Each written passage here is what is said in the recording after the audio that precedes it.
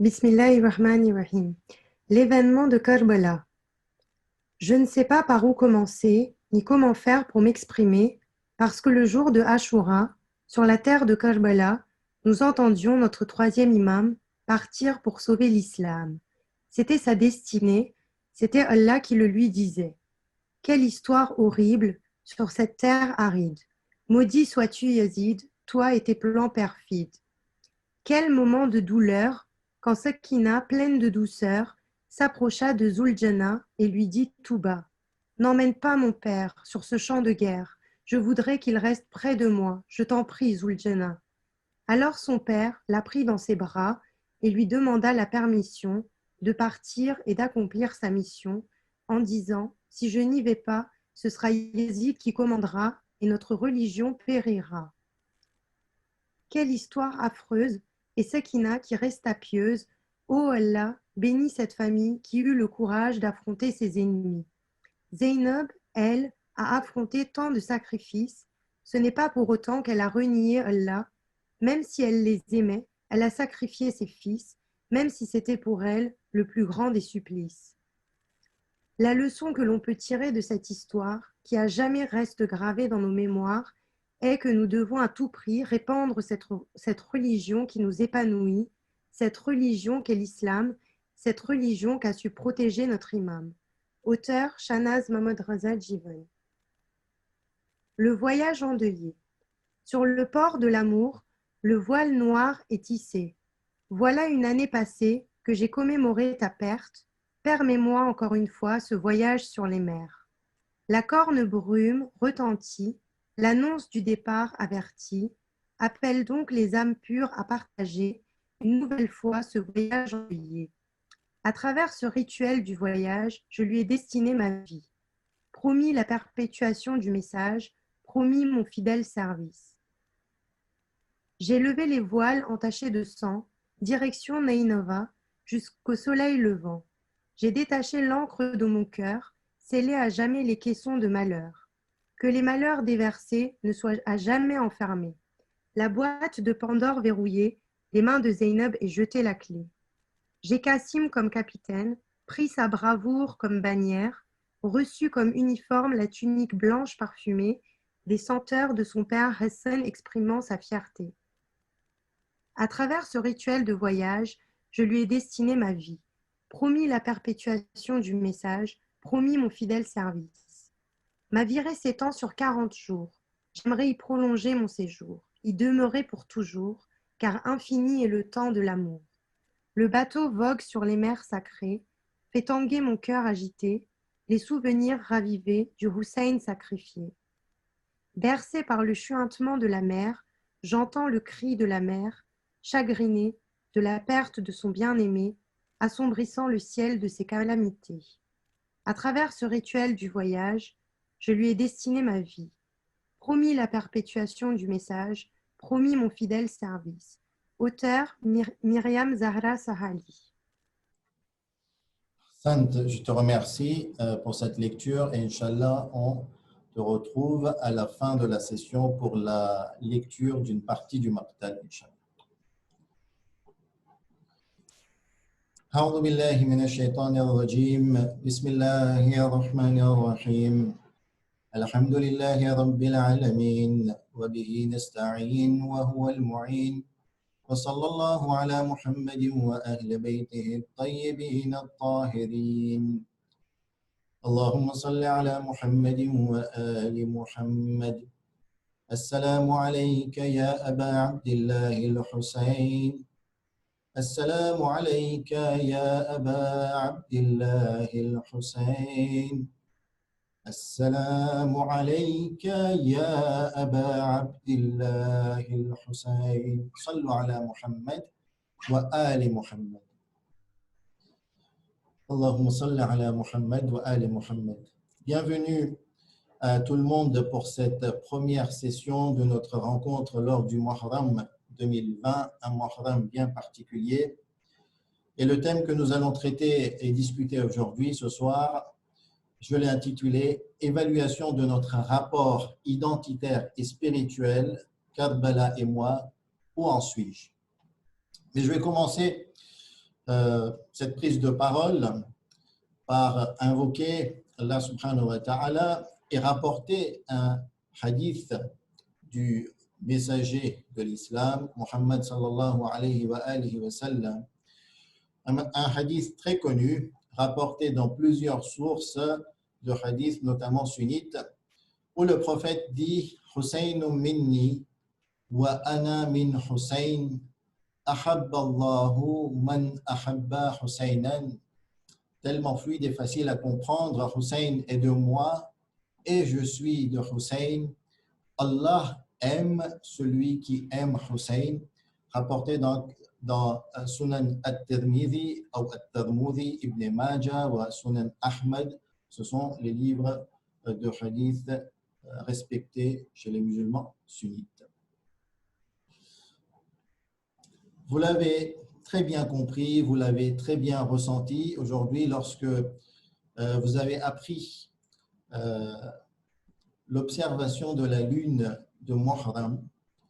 Lorsque cette nouvelle lune apparaît, il y a quelque chose que l'on ressent de spécial. C'est quand même extraordinaire, on ressent un changement en nous, dans notre état. C'est un sentiment de deuil profond, de tristesse. Et ne serait-ce qu'à entendre cette nouvelle de Muharram qui est associée à l'imam Hussein alayhi salam, on peut verser des larmes tellement on est épris par cet événement. Tout d'abord, j'aimerais remercier Allah subhanahu wa ta'ala. Alhamdulillah, les louanges et les éloges sont à Allah pour nous avoir donné cette occasion de vivre encore une fois ce Muharram, ce moment et ces moments exceptionnels qui nous rapprochent d'Allah subhanahu wa ta'ala. Et bien entendu, on n'oublie pas ces défunts qui nous ont quittés cette année et les années précédentes, qui malheureusement ne profiteront plus de ces moments dans ce bas monde. Et Inch'Allah, on le souhaite qu'ils profitent dans le barzakh et dans le monde de barzakh. Et c'est pour cela que j'aimerais bien qu'on récite une sourate al-Fatiha pour la mémoire de tous les défunts, particulièrement les défunts qui nous ont quittés cette année. J'ai une pensée profonde pour Madhoum Yahya Bono qui nous a quittés il y a exactement un an. Et donc, récitons une sourate al-Fatiha en la mémoire de ces défunts. Allahumma salli ala Muhammad wa ali Muhammad. Et donc, je disais que Muharram représente pour nous un moment exceptionnel, un moment si exceptionnel que les attributs et même les superlatifs n'en manquent pas. Quand on parle de Karbala, quand on parle de l'imam Hussein alayhi salam, c'est qu'existentiellement, je tremble, je vis. D'ailleurs, je dirais même que j'existe pour Allah à travers l'imam Hussein alayhi salam. Hussein est tellement présent dans ma vie et lorsque je parle de moi ici, ce n'est pas le moi personnel, c'est vraiment le moi collectif et impersonnel. Tout le monde, tous les chiites ressentent cela. C'est tellement fort que je n'imagine même pas mon existence sans l'imam Hussein alayhi salam et tout ce qui va avec en termes de cérémonie, de célébration, de concepts et de notions. Et cet événement qui à la base est un événement historique affecte tellement ma vie, mon identité, ma religiosité, mon existence, que comme je vous l'ai dit, on n'arrive pas à imaginer vivre sans. Et l'imam Hussein alayhi salam fait partie de ces concepts. Bien entendu, Allah subhanahu wa ta'ala est à la tête de cette pyramide de concepts, mais l'imam Hussein alayhi salam fait partie de ces concepts pour lesquels on dirait « je préfère mourir que de ne pas le vivre, ce concept, de ne pas l'avoir ».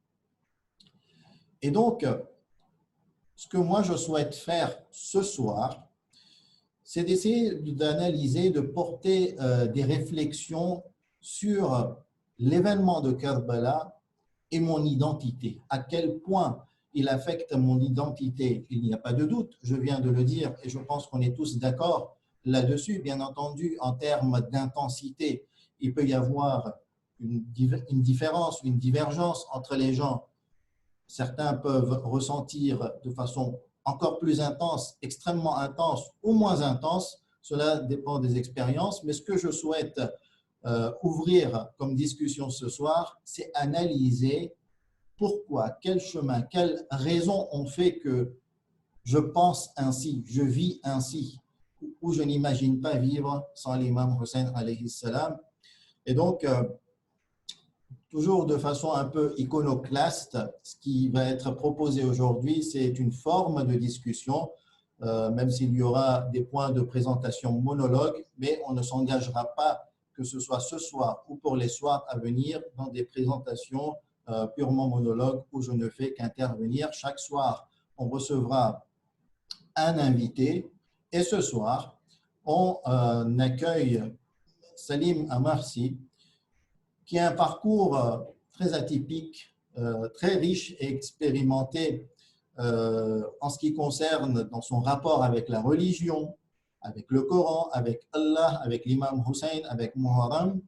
Et ce que l'on va faire ensemble, c'est d'essayer d'analyser ce rapport que l'on a avec l'événement de Karbala.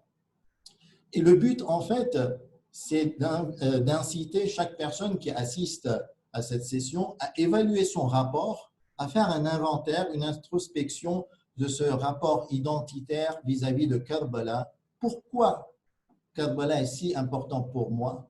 Qu'est-ce que Karbala m'a apporté? Qu'est-ce que je souhaite de Karbala dans le présent et dans le futur? Et donc, on va se pencher sur différentes questions qui peuvent être soulevées. Et pour cela, je vais demander qu'on active le micro de notre invité et que sa webcam aussi soit activée. Et donc, réciter une salawat à la Muhammad wa Ali Muhammad pour l'accueillir.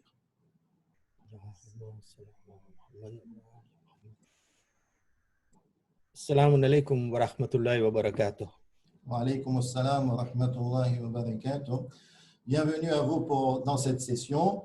Et donc, j'ai annoncé le thème de la discussion et directement d'entrée, je vous pose certaines questions et je vous laisse la parole durant 7, 8, 10 minutes pour que vous exprimiez vos pensées. Et la question ou les questions que j'aimerais vous poser, comment évaluez-vous ce rapport avec l'imam Hussein, avec Karbala, avec Muharram et tous ces concepts? Quels éléments vous ont affecté? Comment voyez-vous l'évolution de ce rapport identitaire, je dirais même existentiel, avec ces concepts?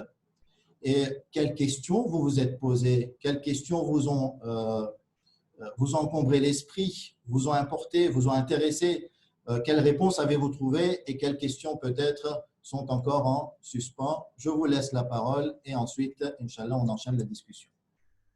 Très bien, je vous remercie. Je ne vais peut-être pas vous répondre en détail sur toutes les questions que vous avez posées là récemment, mais je vais vous donner une réponse globale. D'abord, en préambule, ce que je dirais, c'est qu'il y a deux temps forts dans le chiisme. Il y a Mahe Ramzan et puis il y a Mahe Muharram. Mahe Ramzan, la philosophie de Mahe Ramzan, c'est de casser toutes les chaînes, de briser toutes nos habitudes. Et c'est ce que nous devons faire pendant un mois. Et ensuite, Allah subhanahu wa ta'ala, c'est comme ça que je le ressens, nous laisse 3 mois pour reprendre, parce que c'est le moment de prendre des nouvelles résolutions. Et à ce moment-là, Allah subhanahu wa ta'ala nous laisse un peu de temps pour prendre les nouvelles résolutions et les mettre en pratique. Et petit à petit, tranquillement, arrive le mois de Muharram, qui est justement pour moi la période où nous devons de nouveau nous recentrer sur nos nouvelles habitudes et revivre tout ça en communauté.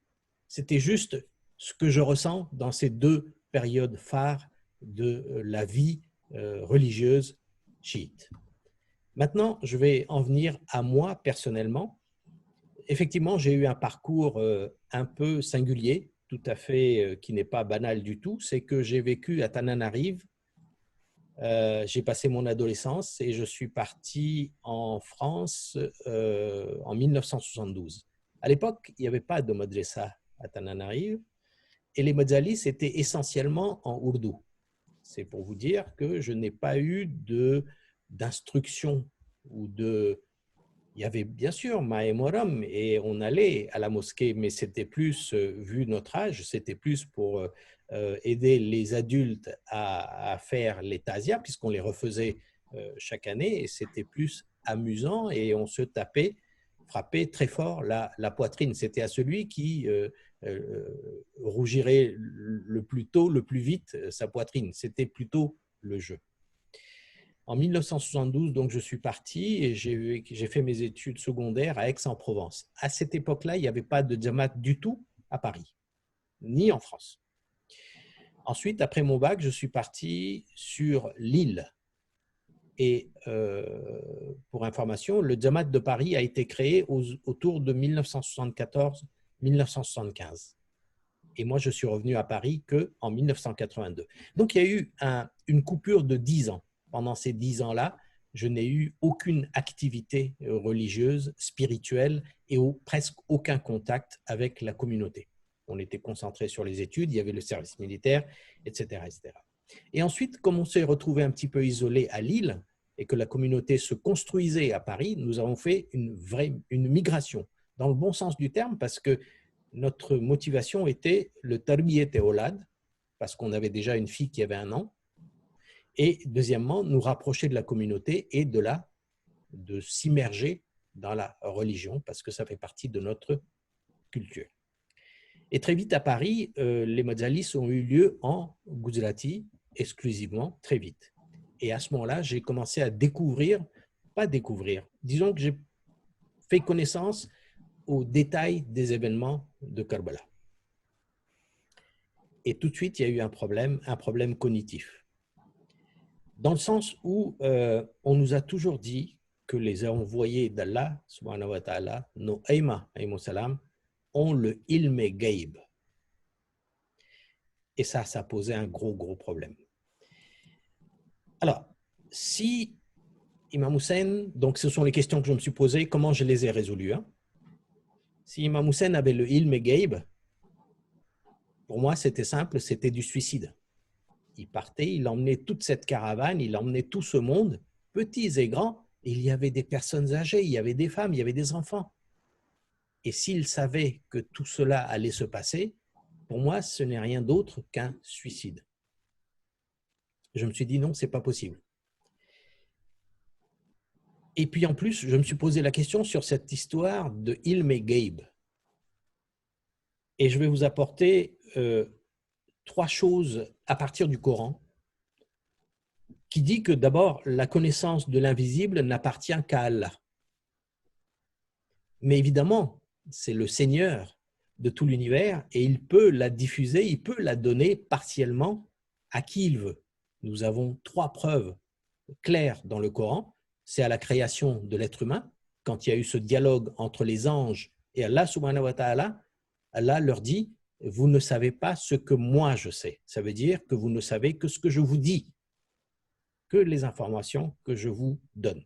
Deuxième preuve, Abraham, un grand prophète, quand il reçoit les 2 personnes qui viennent lui annoncer la naissance d'un enfant, il les salue en disant « Salut ô inconnu ». Il ne savait pas qui c'était. Il ne connaissait pas l'identité de ces personnes qui étaient en réalité des envoyés d'Allah subhanahu wa ta'ala. Deuxième preuve. Troisième preuve, toujours par rapport à ces 2 mêmes envoyés, quand ils se présentent à Lot, et quand Lot s'excuse en disant « Désolé, je ne peux pas vous défendre par rapport aux gens de ma communauté », et à ce moment-là, ces personnes lui disent « Mais nous sommes des envoyés d'Allah subhanahu wa ta'ala, ne t'inquiète pas ». Ça, c'est l'histoire. Mais c'est donc 2 prophètes quand même qui ne savaient pas qui étaient les personnes qui étaient en face. Et donc, tout ça me permet de relativiser ce concept de ilm gaib, mais vraiment fortement relativisé. Mais alors, alors que tout indiquait qu'il fallait trouver une alternative Pourquoi Imam Hussein a continué son chemin, celui qu'il avait décidé au départ? Parce qu'en cours de route, il a su que Muslim avait été assassiné, il savait que les gens s'étaient retournés contre lui et il continuait son chemin. Eh bien, tout simplement parce que ma réflexion m'a amené ça, c'est que par sa position, il recevait une espèce d'inspiration, une espèce de guidance divine. Et il accordait une confiance totale, absolue en cette guidance. C'est la confiance en Dieu, la soumission à Allah dans sa dimension la plus sublime. Il n'y a que ça qui peut motiver la poursuite de ce chemin qui avait été tracé par Imam Hussein dès le départ.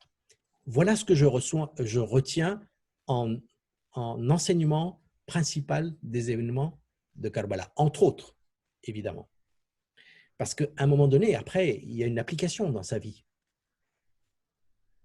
Et dans ma vie, la première chose que je fais le matin, c'est la prière du matin, comme nous tous. Et tout de suite après la première prière du matin, il y a une invocation dans laquelle je dis « Je confie mes affaires à Allah ».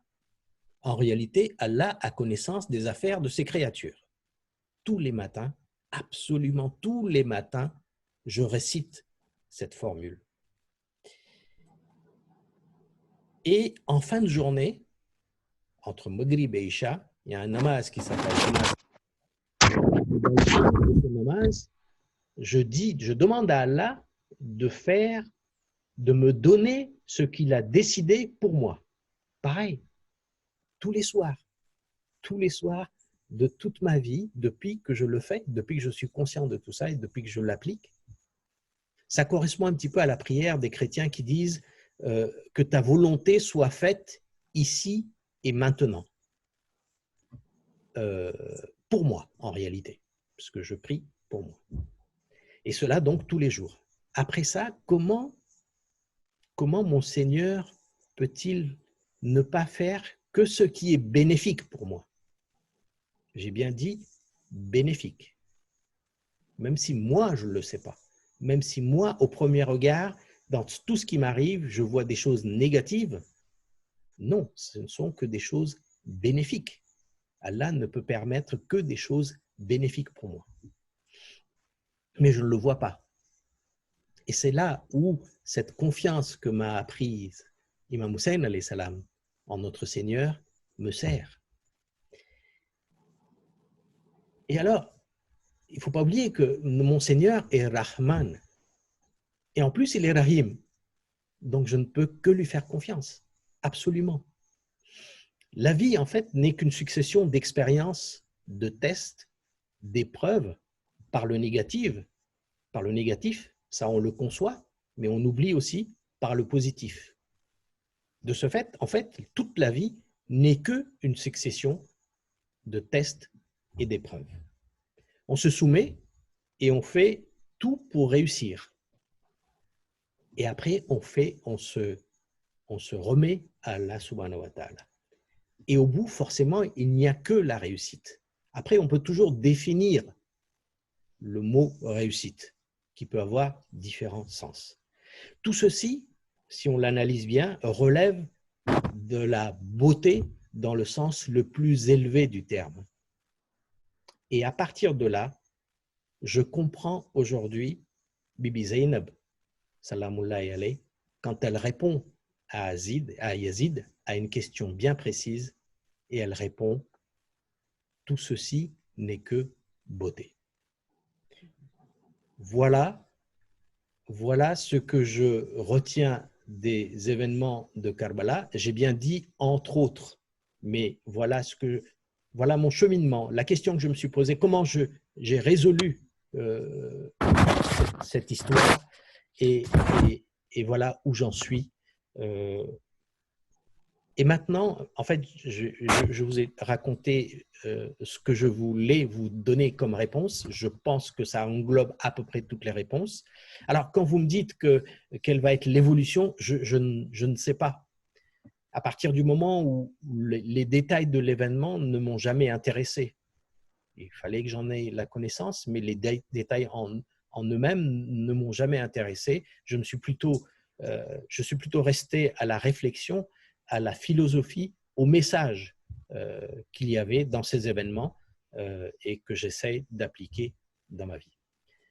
Mais aujourd'hui, en fait, je voudrais un petit peu vous retourner la question. Parce que vous-même, vous avez eu un parcours un petit peu atypique. Autant vous, vous avez passé beaucoup de temps dans ce milieu à La Réunion, au milieu de la communauté, que je n'avais pas, moi, à l'époque, ou au même âge. Mais ce qu'il y a, c'est que vous êtes parti étudier dans un milieu, je dirais, entre guillemets, aseptisé. Vous n'aviez pas les mêmes tentations que nous. Ici, en France, en 1972, il y avait des tentations qui étaient très fortes. Vous ne les avez peut-être pas eues. Mais en même temps, si vous êtes dans un milieu à peu près aseptisé, vous êtes aussi dans un milieu, entre guillemets, bouillonnant. Et je sais que vous, personnellement, vous avez choisi de fréquenter ce milieu bouillonnant qui bouge dans tous les sens, qui réfléchit dans tous les sens. Et j'aimerais vous retourner cette même question, celle que vous m'avez posée. Quelle est votre position par rapport aux événements de Karbala? Quel est votre sentiment, votre réflexion? Eh bien, je vous remercie pour ce partage d'expérience. Et j'enchaîne donc avec des apports d'éléments au niveau de la question qui m'a été retournée. Et bien entendu, vous avez compris que nous avons un fil de discussion bien préparé. Et avant de continuer, juste pour dire qu'en deuxième partie de ce programme, on aura une partie de discussion pour ceux qui ont des questions. Par exemple, Zohar a posé une question dans le fil de conversation à l'écrit et Inch'Allah, on lui répondra en deuxième partie. Alors, au niveau de mon expérience personnelle, comme je vous l'ai dit, si je vais décrire mon expérience, le but, c'est d'inciter chacun à le faire pour soi-même. Et lorsque moi, je réfléchis sur ma humble vie, je peux la découper en 5 périodes. Je dis bien, c'est concernant mon rapport vis-à-vis de l'événement de Karbala et l'imam Hussein alayhi salam. Donc, le sujet est bien défini. Et voilà, lorsque je regarde ce rapport, c'est 5 périodes de ma vie. Je suis né à Majenga, Madagascar, dans le nord-ouest. Les Caucasiens en général connaissent bien. J'y suis resté un peu moins de 10 ans. Et ensuite, j'ai passé une bonne partie de ma vie à La Réunion. Je suis parti à Damas en 2006 et je suis resté à peu près une année pour atterrir à Poum en 2007. Et là, maintenant, ça va faire quand même pas mal de temps que je suis à Poum.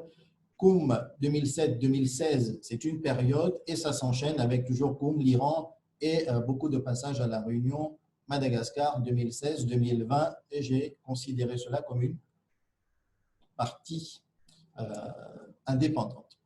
Alors, au niveau de Majeng, je suis issu d'une famille considérée comme dindar en Gujarati, religieuse en apparence en tout cas, c'est-à-dire une famille qui respecte les préceptes religieux et dont l'éducation générale est l'éducation islamique religieuse. Et au niveau de l'imam Hussein alayhi salam, on va dire cette première partie, je vais l'intituler « Découverte et sacralité de la dimension cérémoniale et rituelle ». On est petit, on est en train de découvrir et je pense que c'est là que culturellement ça s'ancre, ça s'enracine au niveau du côté traditionnel, cérémonial. Je découvre qu'une cérémonie de l'imam Hussein alayhi salam, ce sont des élégies. Au niveau des élégies, il y a un qui me vient particulièrement à l'esprit, c'est Pani Piyoto Yadekaro, Pias Imam Ki. Et encore une fois, lorsqu'on entend que j'écoute ce Madasio, cette élégie, ça donne des émotions particulières et je pense que ça retourne à cette époque. Ensuite, il faut qu'il y ait le i'lan, l'annonce, et c'est là que le discours, le majlis commence. Le majlis commence. Là encore une fois, le côté très rituel est important et collectivement, l'environnement, l'ambiance fait que on donne énormément d'importance à ces grandes lignes, à ces détails. Ensuite, il y a le matam. à Majenga, le matam était réalisé avec ferveur, avec chaleur, je dirais même de la violence corporelle. Ensuite, il y a le salam, et ensuite tout le monde se dirige vers le tazia ou le halam pour faire le salam. Le salam, ensuite à la fin, il y a le fatio. Je pense que vous êtes peut-être tous reconnus, ou beaucoup d'entre vous sont reconnus dans ces concepts. Et ces concepts, en fait, on se les approprie culturellement, intellectuellement, même existentiellement. En fait, on s'accroche à ces concepts, à ce côté cérémonial et traditionnel. Et donc, dans cette période, Muharram, pour moi, c'était la ferveur, l'ambiance, la chaleur. J'étais tout petit, hein, vous l'avez vu, c'était moins de 10 ans. C'est associé aux pleurs, à l'expression du deuil, par la souffrance corporelle avec les matams, les coups de chaîne avec des lames.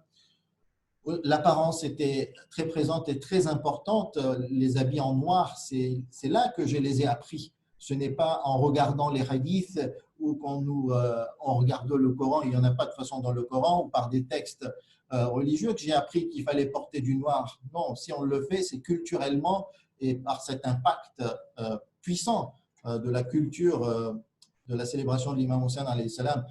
Pour vous dire que même certains détails étaient importants, le mouchoir devait être noir. Et ce qui était aussi important et présent, c'est que Muharram, c'est un engagement par des actes. Il faut le vivre par des actes. Ce n'est pas un deuil qui se fait dans un coin tout seul. Vient la deuxième période où j'ai intitulé la consolidation de la sacralité et l'impact culturel. Là, on est vraiment dans la construction intellectuelle d'une personne à cet âge-là. Il y a l'adolescence aussi qui vient. Tous les détails cérémoniels s'enracinent.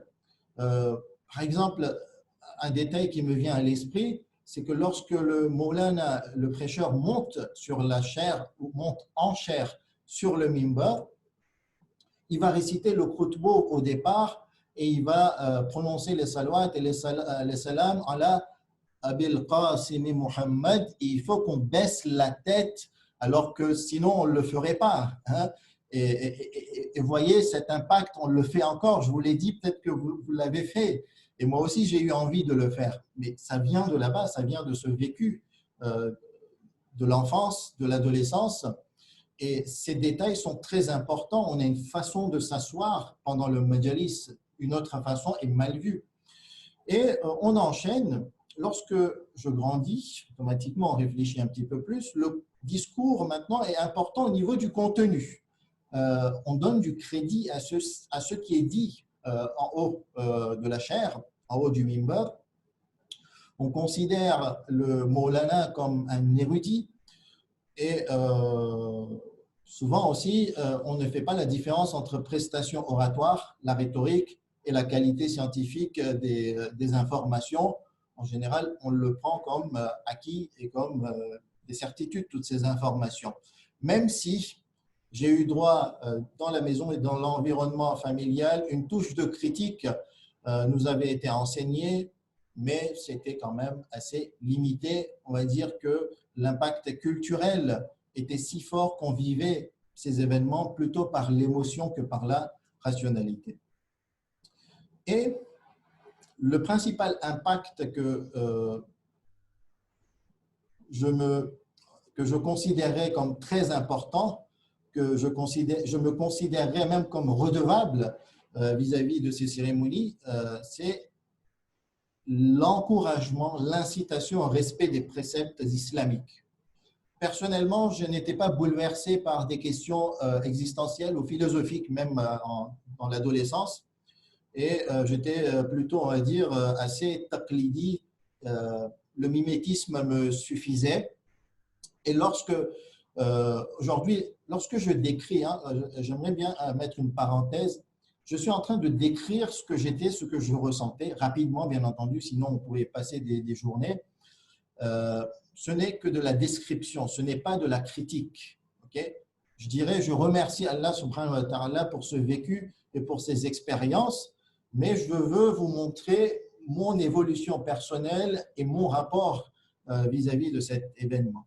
Et donc, tous ces prêches, toutes ces présences dans les cérémonies de l'imam Hussein alayhi salam, elles m'ont apporté, on va dire, au niveau de la religiosité, en tout cas en apparence, ce respect des différents préceptes de la religion, que ce soit au niveau d'une certaine éthique, de la jurisprudence et quelques informations quand même théologiques. On avance, on arrive maintenant dans ma troisième période. J'ai quand même là 24 ans, je viens de me marier et j'ai la chance d'aller à Damas pour y vivre un an, apprendre l'arabe. Et j'y ai passé un Muharram entier. Il est à 50 jours entre le début de Muharram et Arbaïn. Ce que j'ai constaté, c'est qu'il y avait déjà des différences importantes sur les détails cérémoniels.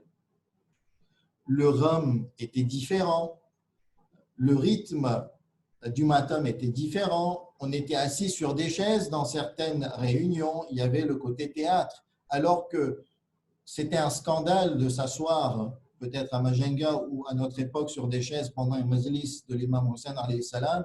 Et je me souviens très bien qu'il y avait une envie de faire du théâtre à La Réunion ou à Madagascar, et tout de suite il y avait de grosses polémiques et controverses et que ça ne devrait pas se faire, alors qu'ailleurs, je constatais que ça se faisait de façon très naturelle. Automatiquement, ça ouvre l'esprit. Je vous signale qu'en 2006, il me semble que Facebook n'existait pas, YouTube n'existait pas. On vivait les choses différemment. On découvrait encore les choses de soi-même. On ne les découvrait pas à travers les réseaux sociaux, les films et les vidéos. On avait cette chance de finalement vivre la chose d'emblée, du départ jusqu'à la fin. Alors que maintenant, on arrive à vivre des visites de façon virtuelle et que ça nous coupe des fois l'appétit de vivre des événements directement. Ce que je constatais à Damas, c'est que le contenu des discours des majalis était adapté aux défis quotidiens et à la réalité de la vie. 2006-2007, c'est la guerre de l'Israël contre le Hezbollah pendant 33 jours. Et donc, le défi là-bas, c'est de lutter contre l'oppression sioniste. Et automatiquement, le discours de Karbala, le discours des majalis est orienté vers ces défis quotidiens. Je découvrais que finalement, Karbala ne se vit pas d'une seule façon, une façon quelque part monolithique comme on le vit chez nous.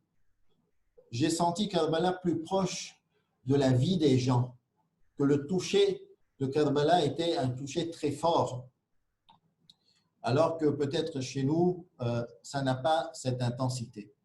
Et enfin, on vit la ferveur de façon différente, l'ambiance est différente. On est à côté du mausolée de Sayyida Zainab, salamullahi alayha. Et donc, si vous voulez, on se détache des détails cérémoniaux et on s'attache à d'autres types de détails. Et ce détachement et cet attachement, ce mécanisme, je pense qu'il est très important dans le fait de distinguer ce qui est spirituel, ce qui est rationnel, ce qui est émotionnel, ce qui est culturel, et ce que l'on recherche au plus profond de soi-même. Quatrième étape de ma vie par rapport à ce rapport, c'est la prise de recul et le réexamen. Arrivé à Koum, les expériences de découverte se sont multipliées, puisqu'à Koum, on trouve 190 nationalités différentes par le fait que différentes communautés et des étudiants du monde entier sont présents à Koum. Et au niveau de Ashura et de sa célébration, on a de multiples cultures qui se manifestent entre les Indo-Pakistanais, les Arabes du Golfe Persique, les Irakiens, automatiquement les Iraniens, nous les Khojas. Et vous voyez que finalement, dans les détails cérémoniels, il y a énormément de différences. De l'autre côté, au fur et à mesure de l'avancée de mes études, la critique s'est développée. On s'oriente plus vers la qualité de l'information et on arrive maintenant à distinguer entre la prestation oratoire et la science. On arrive à distinguer ce qui est émotionnel et ce qui est rationnel. On arrive à distinguer que pour faire bouger un public, il y a de l'exagération. Pour demander une interaction émotionnelle du public, il y a souvent des altérations. J'ai constaté aussi, j'ai vécu là-bas la différence entre ferveur, ambiance, émotion, spiritualité, etc. Et enfin, à partir de 2016, je me suis dit que cette expérience que je considère extrêmement bénéfique pour moi et que je vois nécessaire pour certains de nos frères, il faut que je la partage. Et donc, je me suis engagé dans un projet où le rationnel doit être présent aux côtés de l'émotion et que les émotions, elles sont extrêmement nécessaires pour l'être humain, mais il ne faut pas oublier que ces émotions se manifestent sous le pouvoir et le contrôle de la raison.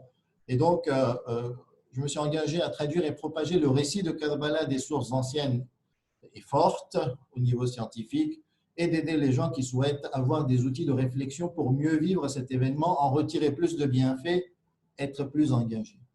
C'est si facilement dit, mais la dernière étape est peut-être la plus douloureuse parce que finalement, lorsque vous proposez des expériences ou des informations qui sortent du moule, qui sort de la tendance célèbre dans notre environnement, à ce moment-là, il y a souvent un rejet et Inch'Allah, on en reparlera. Mais voilà en quelques minutes le partage de cette expérience. Je trouve cette évolution très intéressante, en tout cas à partager. J'espère que vous en avez tiré profit et que surtout, cela vous aidera à réfléchir sur vous-même et surtout de réfléchir vers où on se dirige.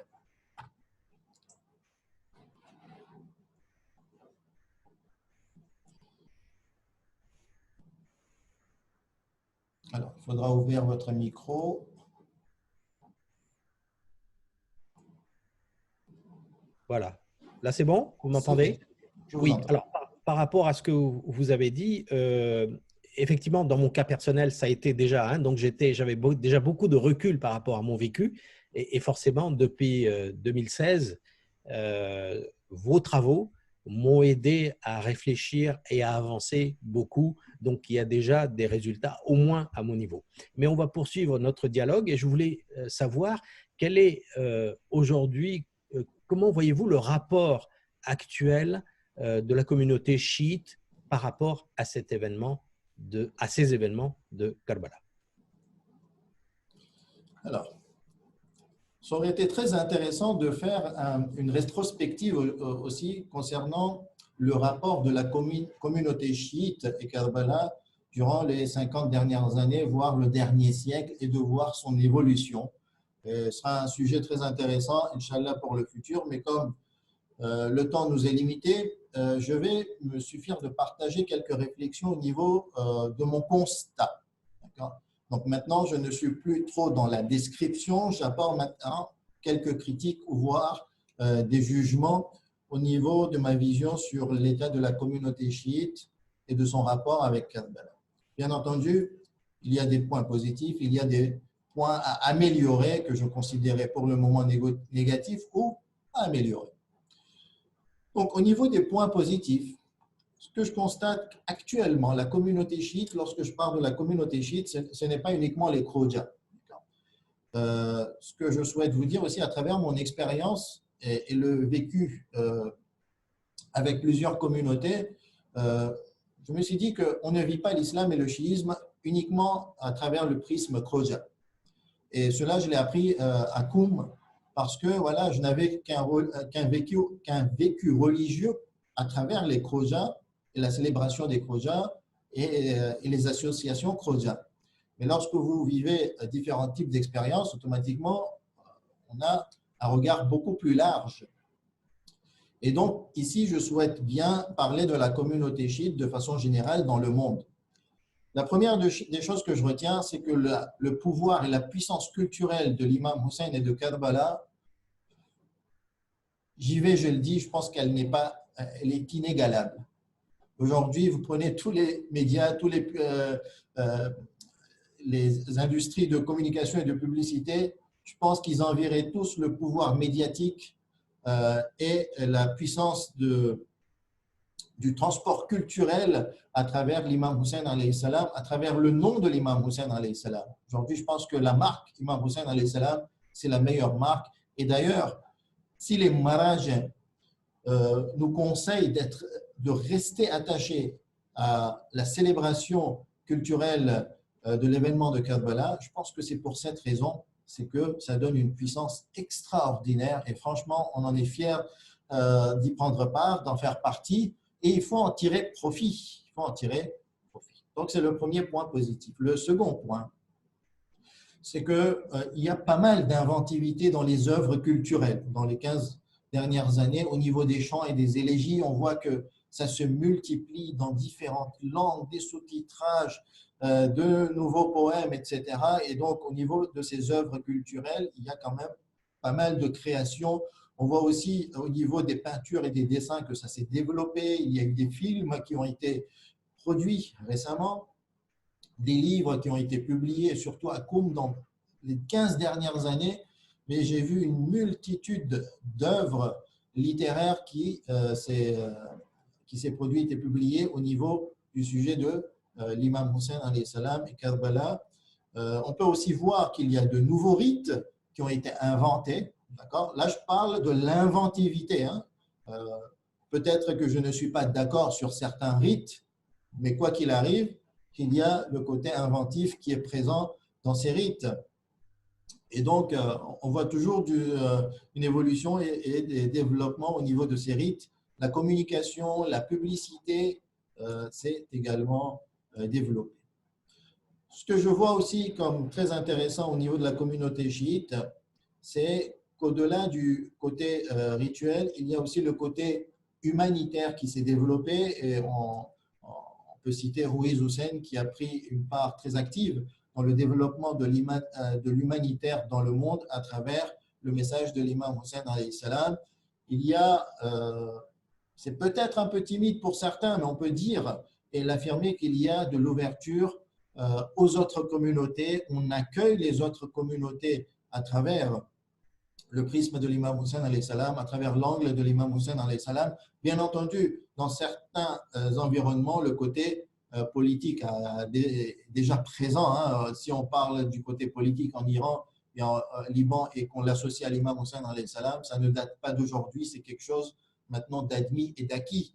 Mais on peut le citer aussi puisqu'il est très présent et qu'on associe la position politique, soit de l'Iran actuellement, depuis les 40 dernières années, depuis la révolution islamique ou du Hezbollah ou certaines factions en Syrie et en Irak, à l'imam Hussein alayhi salam, et tous prétendent s'inspirer de l'imam Hussein alayhi salam.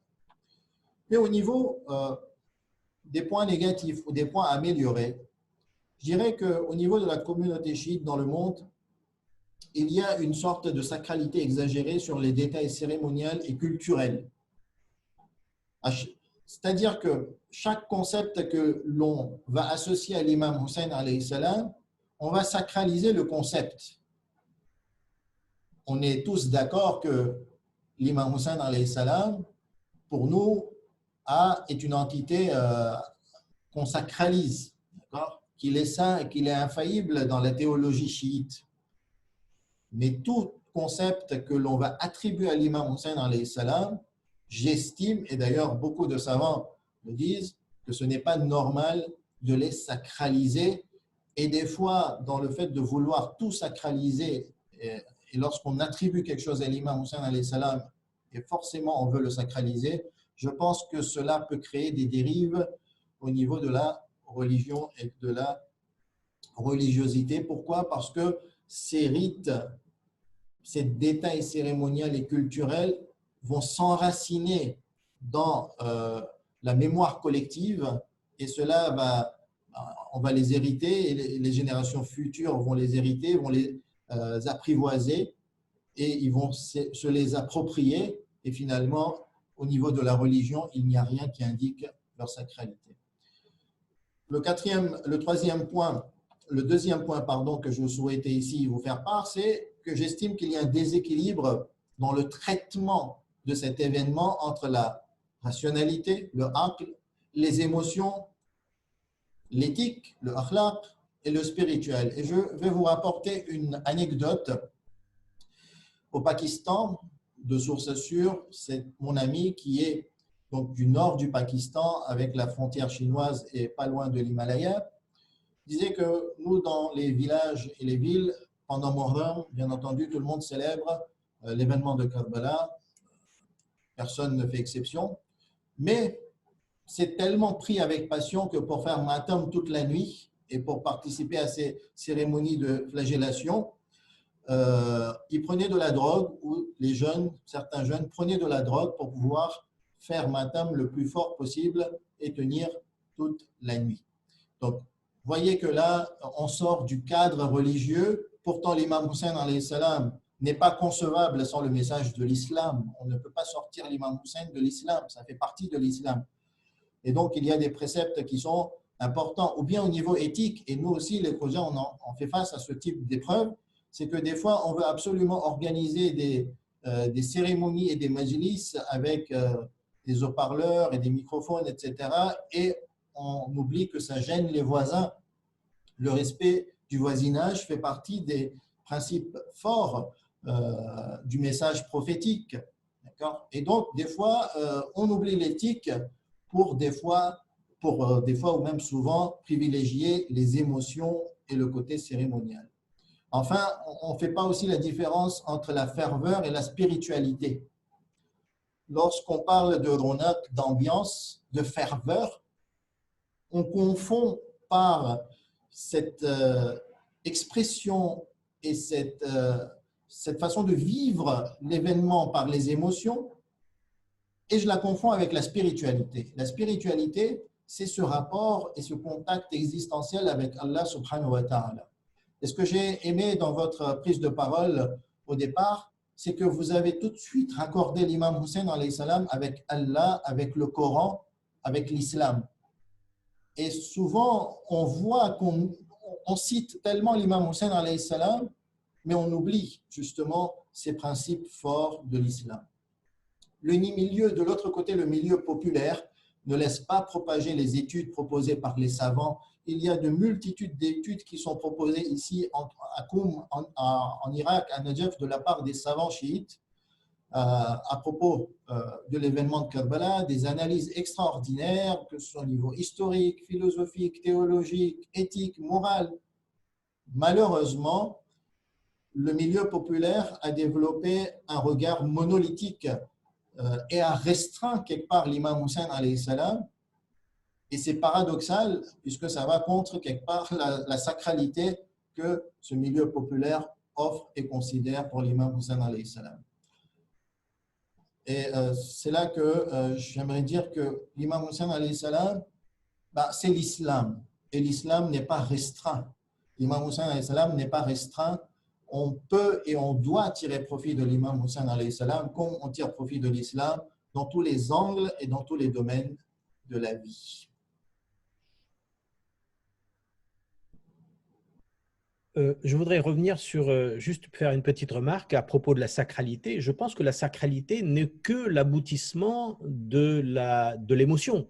Vous avez bien dit, et je suis tout à fait d'accord avec vous, mais on pourra en discuter tout à l'heure, hein, que sans l'émotion, ce n'est pas possible de célébrer, je ne sais pas, maintenant je ne sais plus s'il faut dire avec autant de ferveur ou autant de spiritualité. Effectivement, il faut faire la part des choses, mais je pense pour moi que la sacralité n'est que l'aboutissement de l'émotion. Tout à l'heure, vous avez évoqué cette restriction et vous avez parlé du volet spirituel, du volet scientifique, du volet émotionnel. La question que je me pose, c'est pour cette année, par exemple, que pourrait-on faire pour en tirer profit? Quelle est notre responsabilité pour aller plus loin? Parce que vous avez entamé, vous avez ouvert une voie en 2016. Je crois que la communauté ou les gens qui nous écoutent aujourd'hui savent parfaitement de quoi je parle et qu'on ne vous sera jamais assez reconnaissant pour cette nouvelle voie que vous avez ouverte. Et alors, où va-t-on? Cette année, qu'est-ce qu'on va pouvoir faire pour en profiter? Dites-nous. Très bien. Alors, je vais vous répondre cela en deux phases. Avec la première phase, avant d'enchaîner, juste au niveau de votre question de ce qui alimente la sacralité, c'est une excellente question et j'aimerais qu'on y revienne à la fin de la discussion lors de la deuxième partie du programme, Inch'Allah. Au niveau de comment tirer profit cette année, on l'a beaucoup rappelé, on vit une année exceptionnelle. L'année 2020 est vraiment exceptionnelle pour toute l'humanité. Et cette année,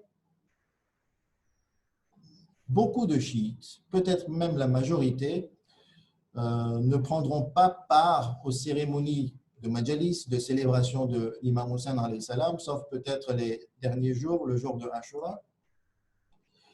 Beaucoup d'entre nous, on le vivra à distance, et même ceux qui prendront part, même ceux qui ont l'occasion de célébrer par des majalis, par le présentiel, il y a des restrictions et des normes sanitaires à respecter et qu'on encourage vivement tout le monde à bien respecter ces normes sanitaires pour le bienfait de tout le monde. Et donc, on vivra une expérience quand même différente. Pour tous ceux qui vivaient cet événement à travers les cérémonies, à travers la ferveur, à travers ces émotions, cette année, ça va être différent. Il faut le reconnaître. Moi qui ai envie de vivre l'imam Hussein alayhi salam à travers ces canaux, le canot émotionnel, le canot de ferveur, cette année, j'en serai privé. Je n'aurai plus maintenant cet environnement où on va m'inciter à verser des larmes, à faire matam, puisque individuellement et même en famille et à distance, ça n'a pas la même ambiance, ça n'a pas la même ferveur, ça n'a pas le même environnement émotionnel. C'est comme ça. Malheureusement, c'est comme ça. Ou peut-être, je dirais, heureusement, parce que Allah subhanahu wa ta'ala nous a mis dans cette situation. Et donc, il faut être quelque part heureux et il faut reconnaître le bienfait qui se cache dans cette situation et à nous d'en tirer profit. À nous d'en tirer profit et chacun finalement saura qu'est-ce qu'il ressent exactement et profondément pour l'imam Hussein alayhi salam cette année. Pourquoi? Parce que je pourrais faire la différence entre ferveur et incitation à ressentir quelque chose pour l'imam Hussein alayhi salam et ressentir réellement de moi-même quelque chose pour l'imam Hussein alayhi salam. Donc, je me retrouverai quelque part dans une situation où je n'ai pas le choix. Je dois être authentique. De toute façon, on m'oblige à être authentique. Il n'y a que moi où je suis dans un environnement très restreint avec très peu de personnes. Et donc, la réflexion, je pense, est très importante pour pouvoir tirer profit de cette année et de cet événement. Mais, comme je vous l'ai dit tout à l'heure, l'imam Hussein alayhi salam se célèbre, se manifeste sur plusieurs domaines, sur plusieurs champs.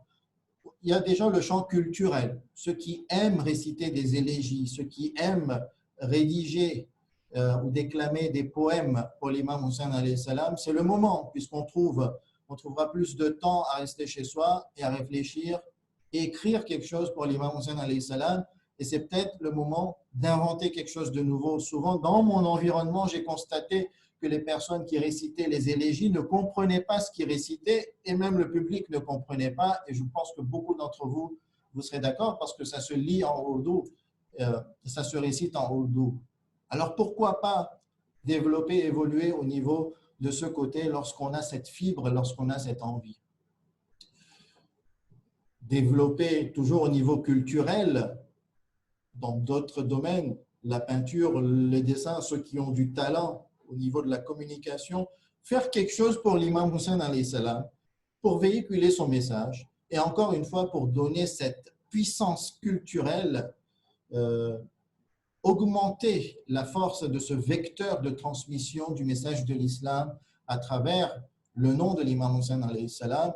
Si vous voyez le peintre Hassan Ruhullah Al-Amin, qui est un peintre connu aussi à Paris, puisqu'il vient à Paris et fait des peintures. C'est vraiment très beau ce qu'il peint et ça suscite des émotions, ça transmet un message.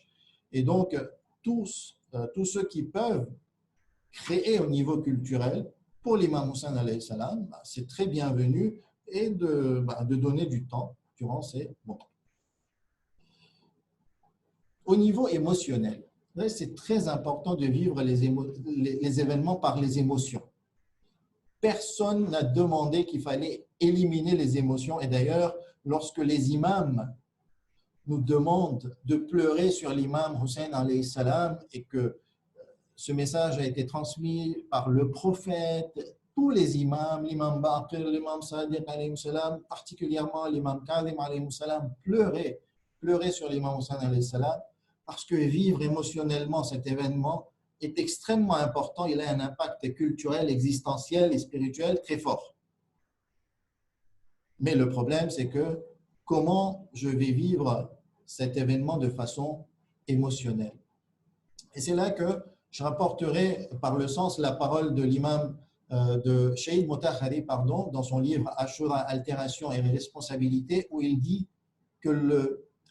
dans le sens, pas exactement ces paroles, que le principal, ce n'est pas la quantité, mais la qualité. Verser une seule larme pour et sur l'imam Hussein alayhi salam, en se disant que un atome de son âme est en moi et que je me sens proche d'un atome de son âme, ou que j'ai apprivoisé et je me suis approprié un atome de son âme et de son esprit, c'est-à-dire l'esprit de l'islam, à ce moment-là, une seule larme est suffisante. Et d'ailleurs, rien que le nom de l'imam Hussein alayhi salam et dire « Assalamu alayka ya Aba Abdillah al-Hussein » est suffisant pour ressentir cette émotion profonde dans nos cœurs. Mais il y a des moyens au niveau vidéo, au niveau des sons, et on peut en tirer profit. Au niveau humanitaire, profiter de ces moments, du temps, de l'envie, de l'énergie pour parler de l'imam Hussein alayhi salam et faire des actes de bienfaisance. Partager tout ce que l'on peut partager. C'est le message de l'islam. Partagez ce que vous avez le meilleur, partagez ce que vous chérissez le plus, le sang par exemple, ce qu'on a de très bien, donc ceux qui peuvent partager du sang et aider les autres, surtout en cette période de pandémie, de maladie, c'est bienvenu. S'instruire, apprendre, se développer l'esprit, particulièrement concernant le message de l'imam Hussein alayhi salam, mais rien ne nous empêche de découvrir plus, d'apprendre plus. Personne ne connaît tout, on apprend tous les jours. Et rien ne nous empêche non plus de créer un environnement comme le mois de Ramadan et de lire le Coran, de comprendre le Coran, meilleur des livres. Et donc, ce que l'on pourrait faire durant ces 10 jours pour tirer profit de ces jours, c'est de s'instruire. Et pour ceux qui veulent aller au-delà dans leur engagement et dans leur combat, moi je me rappelle de l'imam Khomeini, le jour de Ashura en 1342 de l'hégire solaire, donc ça fait maintenant plus de soixantaine d'années, le jour de Ashura, il fait un discours qui va être le début de la révolution islamique et qui va aboutir à la victoire de la révolution islamique en 1979, le jour de Ashura. Le jour de Ashura, l'imam Khomeini ne fait pas un discours d'élégie, un discours émotionnel. Il fait un discours politique qui va changer la face de l'Iran, la face du Moyen-Orient et selon beaucoup d'analystes, la face du monde, notamment Amin Malouf dans son naufrage des civilisations. Et donc, ceux qui souhaitent aller vraiment de façon plus forte, ils peuvent s'engager politiquement. Bien entendu, je m'adresse à un public qui est en France et à La Réunion, où il n'y a pas, pour le moment, vu le nombre des musulmans, des chiites, la structure sociale en France, il n'y a pas d'engagement politique particulier à mener en France. C'est un engagement culturel qu'on a besoin, c'est un engagement moral et éthique qu'on a besoin, puisque si on demandait à un Français « Comment trouves-tu les musulmans ?» et si on demandait à un sunnite « Comment juges-tu les chiites ?» et qu'on prendrait de leurs critiques, à ce moment-là, je pense qu'on aurait beaucoup à trouver pour s'améliorer individuellement et collectivement. Et donc, voici quelques pistes de réflexion pour essayer de tirer profit, mais je pense que le plus important, et que d'ailleurs tout ce que je viens de citer, c'est tirer profit spirituellement de ma relation avec Allah subhanahu wa ta'ala par Hussein. Lorsque je vous ai fait part de ce hadith au début, le hadith rapporté de du prophète de l'islam sallallahu alayhi wa alihi wa sallam, ahabba Allahu man ahabba Husaynan, Allah aime celui qui aime Hussein. Si je fais tous ces actes pour manifester mon amour envers l'imam Hussein alayhi salam, c'est pour recevoir surtout l'amour d'Allah subhanahu wa ta'ala, qui est un amour absolu. C'est le créateur de l'imam Hussein alayhi salam, c'est celui qui a donné existence à l'imam Hussein alayhi salam, et c'est mon objectif final. Et pour cela, donc, on peut faire énormément de choses. Ceux qui ne font pas, par exemple, certaines mustahabbat, recommandations, pendant ces 10 jours, ils peuvent le faire. Je me souviens de conseils ou même de témoignages, d'expériences spirituelles rédigées, il me semble, par Ayatollah Maliki Tabrizi, qui fait partie des Urafa et qui faisait partie un professeur temporaire de l'imam Khomeini en gnose. Et racontait l'état de son fils pendant les 10 jours de Muharram pour vivre ce rapport avec l'imam Hussein alayhi salam, où il dormait très peu pour adorer Allah subhanahu wa ta'ala, tout type d'adoration, dont les namazs et les prières surérogatoires, le namaz échappe, etc. Il était en état de jeûne pendant ces 10 jours. Au-delà, il ne buvait même pas d'eau. Et il était dans un tel état spirituel que finalement, il s'adonnait pleinement à Allah et à son adoration à Allah subhanahu wa ta'ala. C'est pas ce que je vous demande et que je me demande, on n'en est pas capable. Mais pour vous dire que voilà, c'est un moment pour faire des adorations, pour adorer Allah subhanahu wa ta'ala avec le cœur, toujours à travers cette relation qu'on a avec l'imam Hussein alayhi salam. Au niveau de la deuxième phase de la question, qu'est-ce qu'on a prévu cette année? Donc rapidement, on a prévu de parler, et toujours avec le même format qu'aujourd'hui, donc on aura un invité pour chaque soir. Pour demain et après-demain, 2 sessions, on parlera de l'histoire et étudier l'histoire de Karbala, des sources de Maqtal, d'Abu Mikhnaf, de Sheikh Moufid, et on aura pour demain soir comme intervenante Samira Raja Hussein, et après-demain, Zoher Mohamed Raza. Ensuite, on parlera de l'altération dans les récits de Karbala, des exemples d'invention, de déformation, d'imprécision et les dangers, avec le livre de Shahid Motahari, et l'intervenant sera Zainul Ali Haider Ali. Ensuite, 4e sujet, les rites de la célébration du martyr de Karbala, avec des exemples, l'histoire, l'impact psychologique au niveau individuel et surtout collectif, et on accueillera comme intervenante Massouma Rajabali. 5e sujet, l'après-Karbala, les conséquences à court, moyen et long terme. Et pour cela, on accueillera Zoher Mohamed Raza. 6e thème, savoir écouter un majalis. On va donner les différentes méthodologies d'un majalis, comment comprendre et analyser un majalis et l'apprécier, les objections et les questionnements actuels. Et on accueillera Ghulam Abbas Raja Hussein pour ce thème. 7e thème, la philosophie du soulèvement de l'imam, opinions et objections. Et Inch'Allah, je vous annoncerai plus tard l'intervenant. Et on aura un 8e thème qui se décidera dans les prochains jours, Inch'Allah.